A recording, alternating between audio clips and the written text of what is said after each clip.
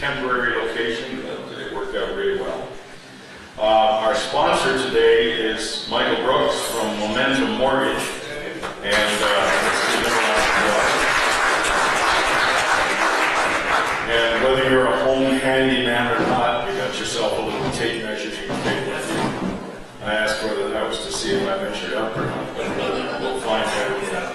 Anyway, if you're interested in sponsoring, if you haven't been a sponsor here yet, do speak to Ron Brooks here after the meeting.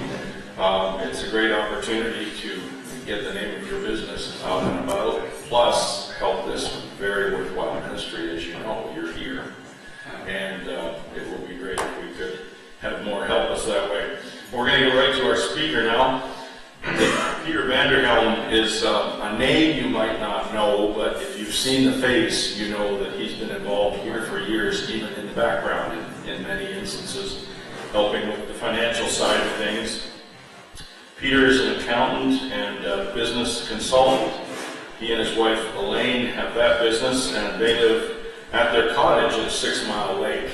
It's still something I'm planning to do. My son says I'll plan to be dead and buried there as opposed to, but that's okay. They attend Valley United Church, and I know he's got some great things to tell us about himself and about his life. So without any further ado, Peter, come on up and share with us.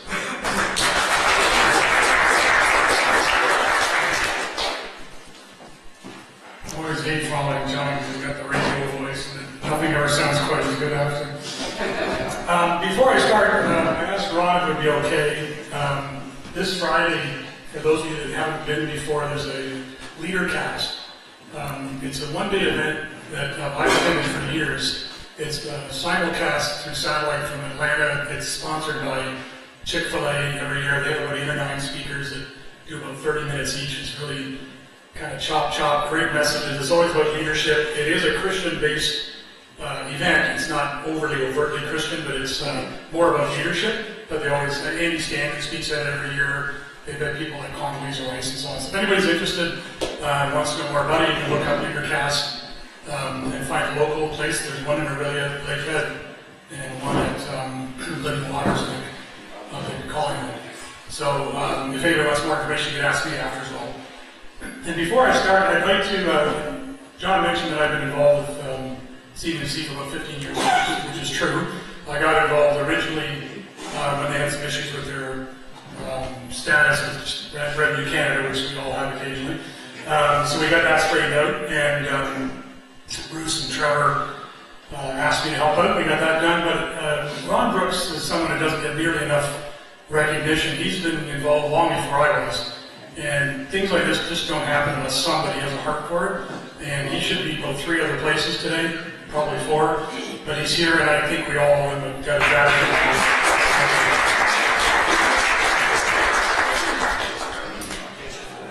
I've been with Ron's a client and a friend and a great person to know. So. Anyway, I did do this about 12 years ago, so if you're worried about me saying the same things, don't, because I don't remember what I said anyway. But I started doing this one about 2 months ago, and then I left it for a couple months because tax season happened and other things. I had a title that was called Be Prepared, because a few things had happened and I wasn't prepared, so I thought I'll call this speech Be Prepared. And I thought Ron would laugh because he knows that in my world, prepared is not something I'm really exceptional at. I'm good at it. So I changed it to Be Prepared to Need Faith. And I'll just walk you through things about me, and then hopefully you'll see where that all ties in the end. So I was born and raised in Port Credit, which is now Mississauga, and I went to school, grade school, in Clarkson, which is now Mississauga as well. It was John Knox Christian School. I went there for 8 years. There were 6 rooms and about 120 to 140 kids. And my mom insisted we go there, and she paid for us to go there by working extra things, scrubbing floors and so on. My dad disagreed, still does, and so I consider myself to have come from a half-Christian home. But it worked out fairly well. The principal was a guy named John Van Dyke. He was a chain-smoking, tough disciplinarian guy, but he was fair and he really cared. And I remember 2 things about John. First, he taught me how to spell principal in 2 different ways. And he reminded me that the way to spell his principal, the job he had, was with P-A-L at the end because he was our pal. The second thing I remembered about him was when I asked him what he hoped we'd learn at John Knox when I was graduating, he said all he wanted was for us to be prepared to go out into the world. Then I went to high school 8 years with the same girls, and my seven girls in my classes didn't really prepare me very well for the romantic side of high school. That was kind of tricky, and I also wasn't prepared to tell the world I was a Christian. So I was a bit of a lost soul at high school. I mean, after all, being part of the Christian Fellowship Club was right up there with the AD Club and the chess club in terms of being cool. So I survived high school. When I checked recently, the building was still there, so they survived as well. I don't remember a whole lot about high school, but I do have only a couple of friends that I see on rare occasions. Recently, my wife and I have talked a lot about why I don't have more friends from high school, and I said it's probably just because I wasn't prepared. I didn't know who I was. I didn't know who my faith was in, and I really didn't know where I was going. So I went off to college. I worked several summers with my dad as a carpenter, so logically I went into accounting. And again, a little bit less than prepared. I learned a lot in the following 3 years that I did my designation. I got my professional accounting designation. I'm a CPA now. And that all turned out rather well. I actually was prepared to become an accountant because I had some education. But there was this thing that happened right in the middle of my college that I wasn't prepared for, and it changed everything. My college summer job was an animal control officer, which is also known as a dog catcher. Totally something I was prepared for as well. It's hard to see a trend, I'm sure. So on the way home on the way to lunch one day, I was radioed in. It was official. I was going to lunch. Everybody was prepared. Then there was this call on the radio for a stray dog, literally right where I was, driving around. So I said, you know what, I'll take that call, then I'll get the dog, then I'll go to lunch, and I'll bring the dog in after. It wasn't hot, no problem. So I did. So I get there, and the person that had the dog, not the same person who called about the dog, wasn't going to let me take the dog. He refused to let me take the dog because he knew what we did to strays. He was sure we were going to take it back, and we barely had the engine turned off before we euthanized it. So I tried to tell him how that wasn't true. I was totally prepared. I mean, I had bylaws, clipboards, the whole works. I had a badge on my shoulder, blue shirt on, but he would not move. And then his 16-and-a-half-year-old sister came home from piano lessons and came over to see what all the yelling was about. And I was not prepared for her. So I made up a few new bylaws on the fly and got some names and phone numbers, and it was all official then. And I dropped by daily to check on the dog and also to update him on the search for its owner. And 4 years later, Elaine and I were married. And I don't know if anything prepares you for that or for the 4 kids. We have 4 kids, all boys. Elaine had been raised Russian Orthodox, and we were married there, plus all 4 of our kids were baptized there in Toronto. It was a beautiful church there. I don't know if you guys watched My Big Fat Green Wedding years back, and that was all done outside the Russian Orthodox Church. Beautiful little church. If you're not familiar with the Russian Orthodox Church, don't feel bad, not many people are.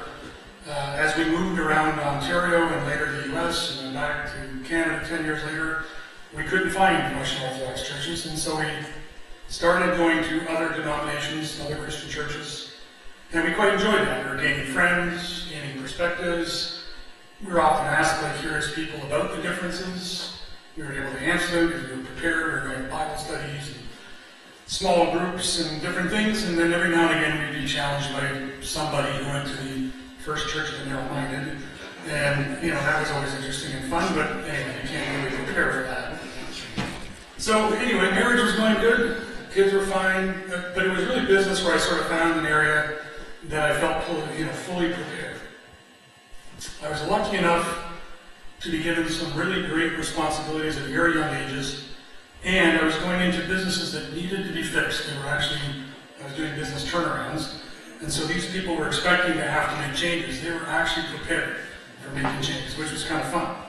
So I decided just to use my faith in the Lord, but also my faith in what I learned, and just try and help people figure out how to get back on track, how to do the right things, how to do what they were good at. And that seemed to make everybody happy, And it worked. And had some great successes and a lot of friends, a lot of very happy stories. And then every now and again I get people asking me how it was that I could stay so calm in the midst of all the chaos, because I was in these businesses that were failing, customers were calling and yelling and screaming and taking flags down and pulling orders and tooling and stuff, and I just sort of stayed calm. And I finally had a chance to say it. I had my faith, and that meant that I didn't have to have all the answers, which was kind of relaxing, kind of nice, and I finally had a context that I could put how all this stuff made sense to me and why it made sense to me out there. So you might ask, how did the faith have much to do with all this? And I mean, here's the point for me. Life hands us all constant challenges, constant change that we're never really prepared for. And so all we can really do is have faith.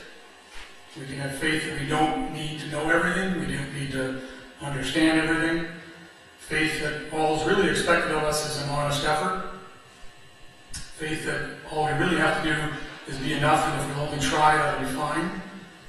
Faith that if we step out into the unknown in the service of others, someone will pick us up if we fall. Some say that faith is just an excuse for not being prepared. Some people say you can't just have faith, you have to prepare. In my short time on this earth, what I've seen is that having faith is being prepared.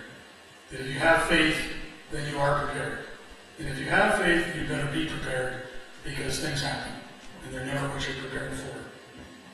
Funny thing about faith, to me, is that faith seldom makes sense, seldom feels comfortable when you're looking forward into the unknown, but it seems totally obvious and simple when you're looking back, after completing some seemingly impossible task in a life well lived.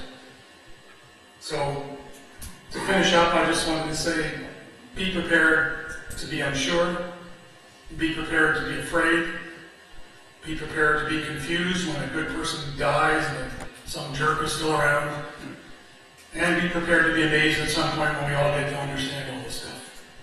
But in the meantime, be prepared to be a light in this world, because it's important even when we don't know why. I've had more than 10 or 12 people come up to me years later and say, you helped me through something that I didn't even know I was doing at the time. So just be prepared and keep being a light, keep trying to help people for the right reasons, and it all seems to work out. I suspect I'm done way earlier. That's it, thank you.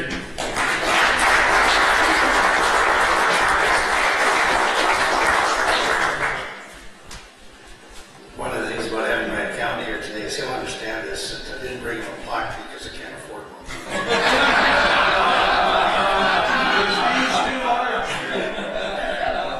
He'll get his plaque, they're back ordered. But we have had a lot of fun, Peter and I, over the last several years that he's been helping us in our business. And I say helping us in the business because he's not just an accountant, he is a business helper, a person you can talk to, a person that, because we share the same faith, understands where we're coming from in our business. And so I was really privileged that Peter offered to share the story. And I'm glad that he shared it the way he did, because the beauty of it is we're all different. And God created each of us uniquely and for a specific purpose in life. And the amazing thing is that we never get to that point until we connect with Him and realize this is why I'm where I am and why I am who I am.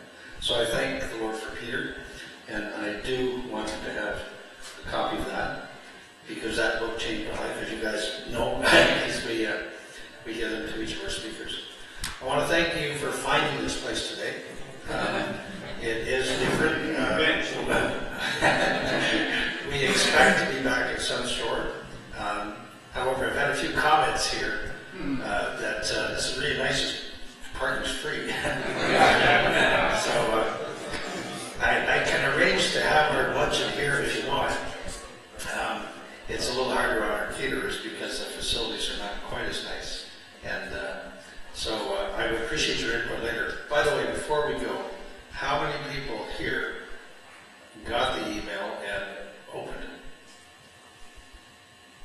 Thank you. Yeah. Just so you know, we have 143 people on our email list. And we live in a real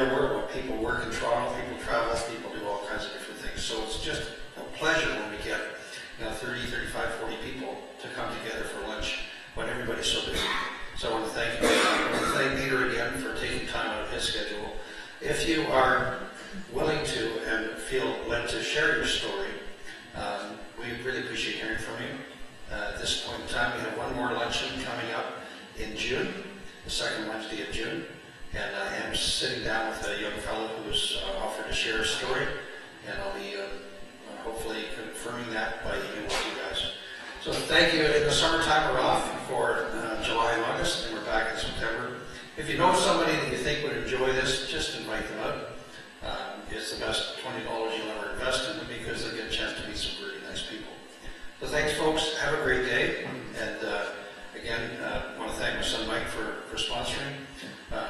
Between my 3 sons, they have all sponsored, and so I'm very proud of that.